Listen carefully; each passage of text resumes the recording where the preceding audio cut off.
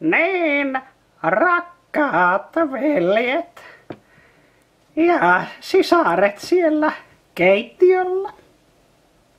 Halu ja tahto meillä on, että niin tänään saisimme olla.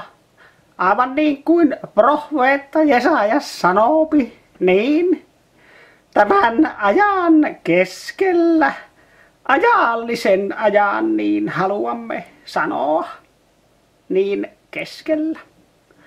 Aivan kuin ne sisaretkin niin omalla palvelupaikallaan, niin siellä kotikiusauksissa, niin on meilläkin halu ja tahto, kuten psalmikirjoittajakin sanoo, niin emmekö mekin halua, kuten Danielkin profeettain kautta, niin annettiin.